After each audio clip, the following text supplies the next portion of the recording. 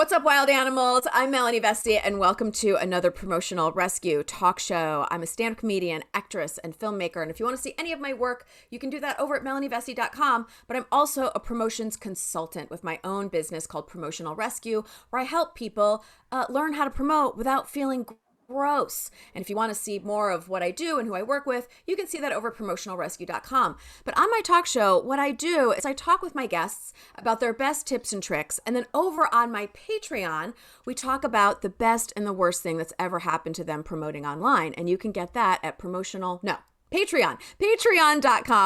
/ Melanie Vesey. All of that information is on both of my websites. I'm super stoked to have this guy on my show today. He's truly like my comedy brother, BFF. He's got an amazing comedy special called Something Pretentious that's available on his website, DustinDavidComedy.com. And he's also got graphic design and art that you can see at industries.co. Please help me welcome my amazing BFF, Dustin David. Yay! Hey, Dust. Hey, Mel. How's it going? Let's start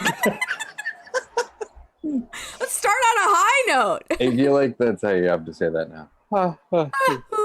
Yeah, you can't sound like you're having too good of a time right now. Yeah. Everyone's totally like, what? Yeah, exactly. So I am finding the things that I'm grateful for today. Very good. And I'm grateful for whatever the sneaker store is going on behind you. Can you drop a link so we can order the sneakers that are behind you?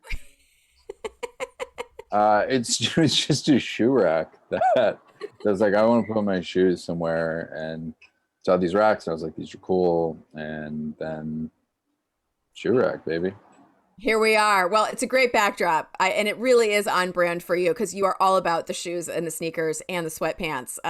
It's like this or a dirty room or a poorly painted wall. So I was like, I feel like your bed, your unmade bed. I'm sure you are staring at your unmade bed. How dare you? It's just my crystal ball. My crystal ball. I have for like safety, I have somebody like that will a company that picks up the laundry and then does it and brings it back the next day. But for 24 hours, I don't have pillowcases. So if I showed the bed, you'd be like, "Are you in prison right now? Is that a poster and you're actually in prison?" Do I have to order you a second set of pillowcases and sheets? Do I have to call your mom right now? Do we have to rally together? If you have a second set, you can wash the first set while the second set is on your bed. Do you know this? I barely have a first one though. They'd be like, "So these are your backup ones." I'd be like, "Backup what?" This is 100% of the linens that I own right now.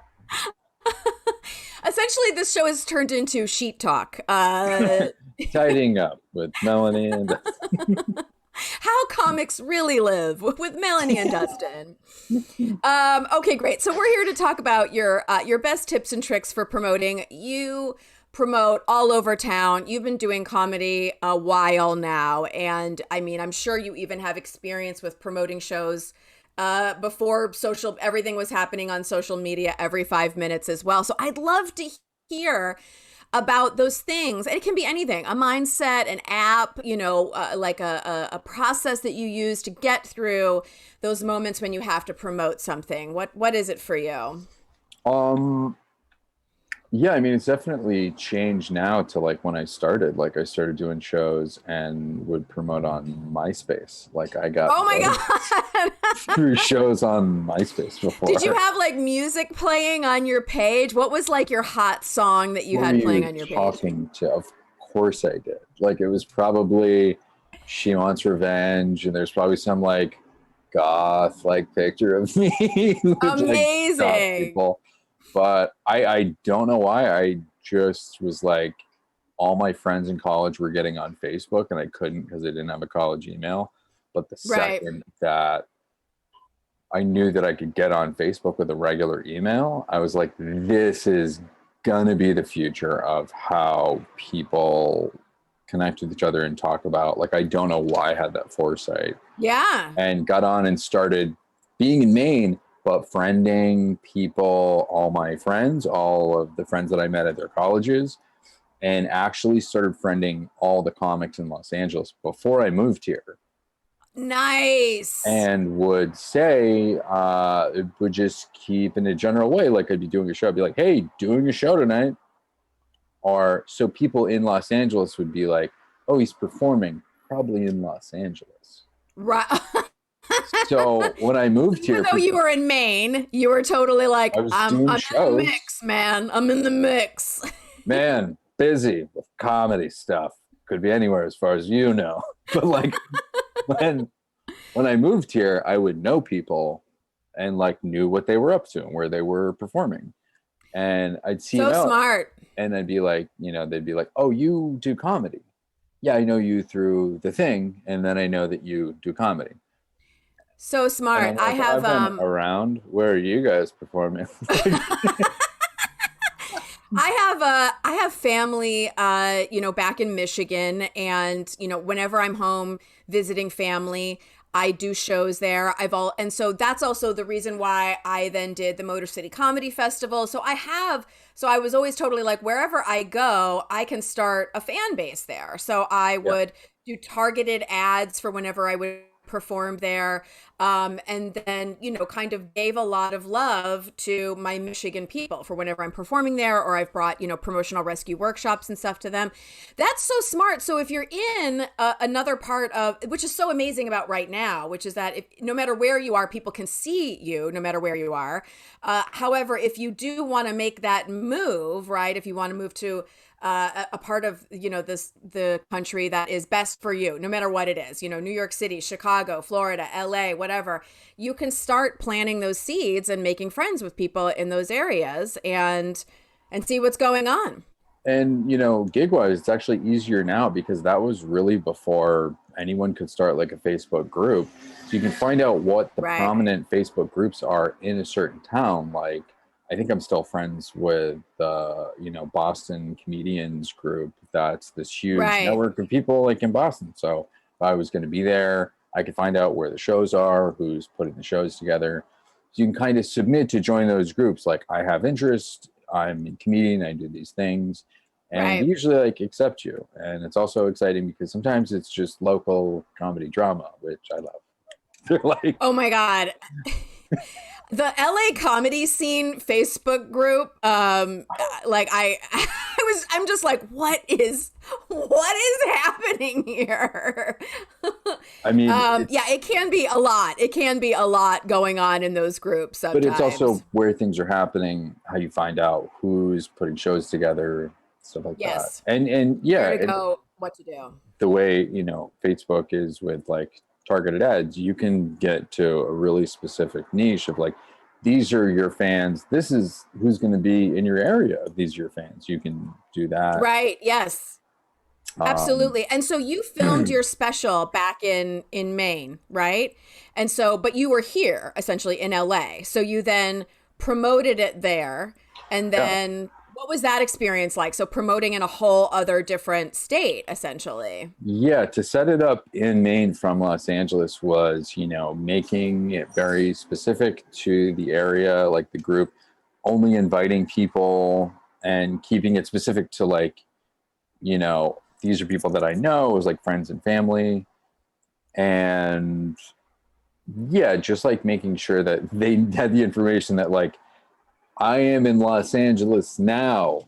The show will be in Maine. So it was a lot of people from Los Angeles like, what time was it going to blow in? Was it on Santa Monica Boulevard? And I'm like, no, dude, it's in Maine. You're not going to be there. Are people in Maine like, I live in Maine. I wish I could see it. Is it going to be somewhere else? I'm like, no, it's in Maine. I know. Yeah. I feel like I in doing these shows, I'm talking to, performers and artists and people from all ends of the entertainment industry, but I also want to talk to an audience. And so before you type in that question into that comment box, before you automatically decline that you can't come to a show, can you please just read the post? Can you please read what's in the graphic, the time, the date, the location, before you're just so confused about all of it? Can you just take an extra 3 seconds to just peruse what we've provided for you? Yeah, it's pretty frustrating. It's also a thing that I learned when you work in retail is a question that you can't ask customers, which is when they say, like, I used to work at a CD store and a guy would come in and be like, do you have a Fleetwood Mac CD? You can't say, did you look? Like, did you look? Did you walk over? Did you look at it? Now you're coming to me with the question. Let's do that first. Did you look? Were you there? Or did you just walk in off the street? Like, yeah, exactly. Well, I feel like some people want this kind of like individualized attention sometimes, and which I totally get, and that's fine. But it also can be very frustrating because when you're dealing with, multiple people who want that kind of, like, I even have like my kid goes to, this school, and I always meet the new parents, and they're like, what do you do? And I'm like, oh, I do comedy. And they're like, we want to come to a show. And I'm like, great, here's my website, follow me on social media. I'm posting all the time. They're like, oh yeah, no, I don't do Facebook. And then I'm just totally like, oh, okay, well, would you like a personal text? Do you want me to drive to your house and pick you up and take you to the show? Or I'll have my squire deliver a scroll to your door via trumpet messenger. Yeah, I don't want to hear that you want to come to a show. Yes. Lady Melanie will be doing a show 15th June. Like, I don't know how to tell you. I'm like, you're just not going to see me. You're not a fan I'm going to have. I'm sorry. You're not my fan. You're not my fan. Essentially, like, there's kind of a part of me, I don't know if it even already exists, but like the history of promotion, I want to look more into this. And I mean, Paul Revere, right? Like running around on a horse, like you're just screaming out shit. Like, I feel like that would be an amazing promotional stunt. Just get a bunch of people on horses, bullhorns, Hey. Like, he was, the original, like, self-promotion guy. Town crier. The British are coming.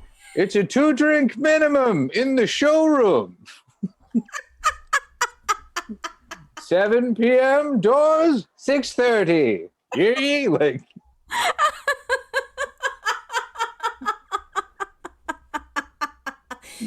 I feel like we have to do the skit. I feel like we have to. This is a Saturday Night Live moment. Okay, I'm writing that down right now.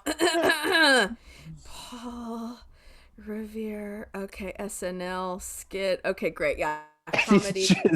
Show. I'm gonna call Saks right now. I'm gonna get that going. Yeah, guys like Alexander Hamilton would just be in a location. Like, I thought I put the right date. I don't know where everyone is. They said they were coming. Trying to get a revolution together. Everyone's always late to the revolution. Why is everyone late? And then everyone chimes in like, you got to tell them the revolution's a half hour earlier because they have to find parking and they're going to get lost. And you know what I mean? Oh, shit. Yeah. I mean, the things we have to go through, It's crazy. Like, the most, successful shows that I've had, like, I've put together comedy shows and I've always done my best. There's like a killer lineup of people. I'm like, these are people that I would want to see on a show. This is gonna be a great show. I'm really excited about it. Being excited about it is like, I was like, oh yeah, it's fun. It's gonna be great. And like the most successful ones were, it's hard to explain. It was like, it happened to be someone's birthday next door. There was 90 people. Can I plan a show next to someone's birthday all the time? Like, well, there are shows like that. I mean, there's a show called Calendar Girls where it's like, if it's your birthday, you perform. Like, people have honed in on that idea because it is very challenging to get anyone anywhere and to do anything, which is why I have a company, which is why I love having these conversations, because I think people feel like maybe only they're having problems. And I'm like, dude, it's everybody. Everybody is trying to figure this out. And And it's not just and the difficulties aren't just for people who are maybe emerging or new to the game. You know what I mean? Like I have clients who are seasoned pros, you know, been doing this for decades, have multiple Netflix specials and whatever. There's still issues. There's still confusion. There's still platforms that aren't connected well or working right. And then, you know, I mean, I literally the day before yesterday, and I won't mention who it was, but I mean, I was literally posting for a client like, today, Facebook Live, you know what I mean, this time, and it didn't fucking work. It didn't work, you know what I mean? And we had to circle back around and post the recording of it. Like, it's just, everyone struggles with these issues. And so I feel like if we just have these normal conversations about it, people will take the stress out of it and just keep pushing forward, just keep moving forward and keep doing what you're doing. Yeah, to keep creating, keep doing the thing, and your fans will find you. Like that was like Doug Stanhope's thing. He'll talk Yes. about it. He's like, I'd do a show and there'd be 100 people. They hated me. And one guy would come up and say, you're the best comedian I've ever seen. He goes, and I just did it long enough for now my audience is 100 of those guys. Yeah. Those are my people. They found me. They're rabid about it. Right. And it wasn't, you know, yeah, it's just to keep doing the thing. You know what I mean? Like keep putting it out, keep moving forward. And they'll find you and they'll be rabid about it. Like people will just message me and be like, when are you doing a show? Like so for you, you really found that like, you know, that making that leap from MySpace to Facebook really helped you. And then so what do you do now? I mean now clearly, you know, in-person shows aren't happening all the time, but clearly you still perform.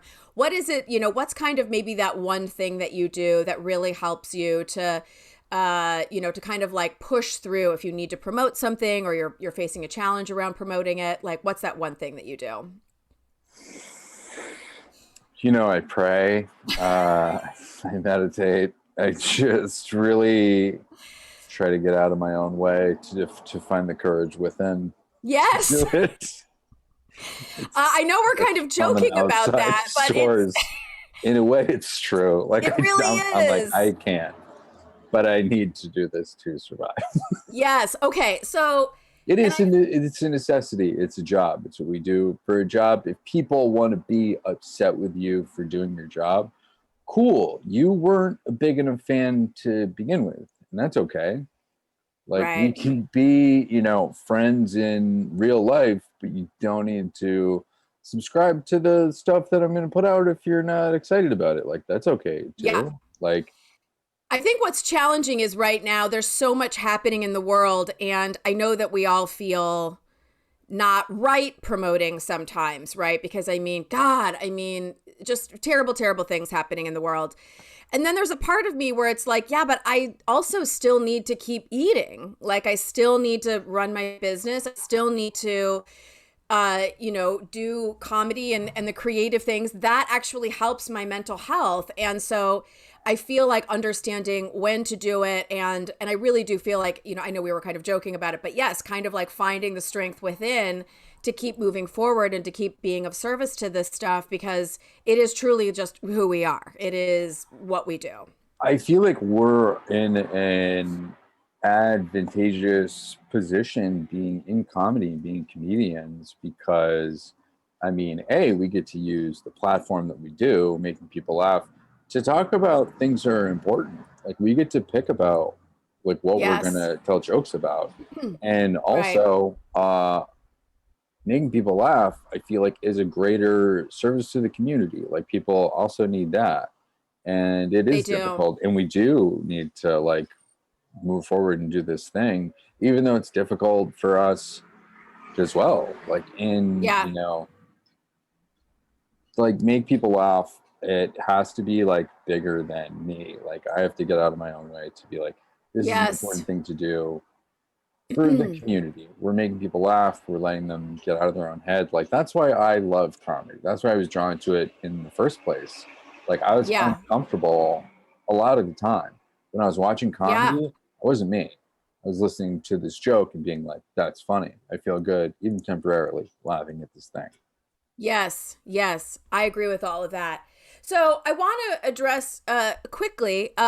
So you recently, made a big announcement in your life and you shared that online. And I know that that was a very challenging thing for you, but can you share about what that was and how that kind of affected your life and the response you had? Just a little bit about that. Well, I mean, it was, uh, I mean, I had to first come to the realization myself, I think, and be comfortable with that until, some people that were close to me, um, initial, like almost as like a trial run, like how's this Right. going to go? Of course, we're talking about headlining flappers. Uh, no, I'm kidding. Coming out as bi was, yeah, it was a thing that I figured out. I was talking to my therapist. I've been in therapy for a few years, and different relationships that I had and how I felt about them and what made sense to me. I came to the realization in the waiting room of my therapist 5 minutes before my session. Wow. It was just in my head. I was sitting there, I was doing some writing, and I was like, oh, like I'm bi. Like that's a thing that makes sense to me. That's a thing that's true. Yeah. And I was like, oh, okay, yeah, like okay, cool, yeah. Because in my head, I'm like, I don't feel straight. Like that's never made sense to me. Right. But it's like you have to be straight because everybody's straight. And then I was like, that's not fucking true. Like I don't know if if I never lived in Los Angeles, been exposed to so many people sharing their Right. stories, would that have ever been a reality for me? It was Yeah. just And I like if feel I like, still lived in Maine, I almost feel, I'd just be packing lobsters and be like, I feel weird sometimes. I should drink about it. Like I don't. But here, like, oh, that person is like me, and they told their story, and oh, okay, cool. That, yeah. And so, like, when I found out, and I walked into my therapist's office, she's like, "What's new?" And I was like, "I'm bi," and she was like, "That's great. How have you felt about this?" I'm like, "Just found out. Like, you know as much as I do at this point." We're really figuring this out together. I don't know how to feel about it or if I do yeah. at all. Yeah. I mean, I had a similar experience. I didn't come out until I was 26 years old and, start a relationship with a woman. And I feel like, the universe almost had to, like shake me and wake me up, like to help me realize that I wasn't living my fullest truth. And then, my story is kind of crazy. That woman ended up shooting me. And then I, then went back to men. And, so I think I now identify more as bi, even though for so long I feel like it was kind of, villainized in a way. And so now I'm just totally, I think that's more of like who I am. And I feel like that's because a part of the collective consciousness of like just sharing our experiences online. And I truly feel like visibility helps you say to other people, hey, this is possible. I'm this way. You can be this way. If you're not, whatever, moveon.org, it doesn't matter. But I'm talking to that person who feels like they can't be that way or they don't know that they can be that way. So we're gonna jump over to my Patreon because I feel like you had such a wonderful experience from what I saw, from it happening online. Clearly, I was one of those people that, you spoke to privately and then you then shared it online. And I feel like from what I observed, it was a good transaction, Yeah, actually. sharing it.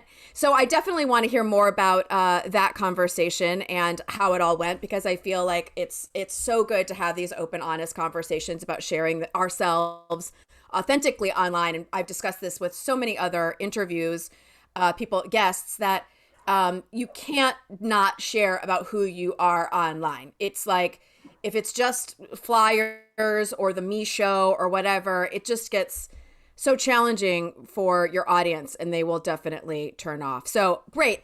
Dustin, we're going to hop on over to my Patreon. So you guys, if you want to hear the full story about what's going on with Dustin and his amazing life, his amazing comedy, you can visit him at dustindavidcomedy.com and see his special Something Pretentious that we talked about. You can also see his graphic design and his art over at dustindustries.co. If you want to know anything about me, my weekly comedy show that's right here on Comedy Hub called the Antidepressant Comedy Hour, my comedy special that's available on Amazon, all my other stuff, melanievesey.com. And if you want to know more about my business, you can do that at promotionalrescue.com. But for right now, we're hopping over to my Patreon, patreon.com/Melanie Vesey. We'll see you over there. Bye.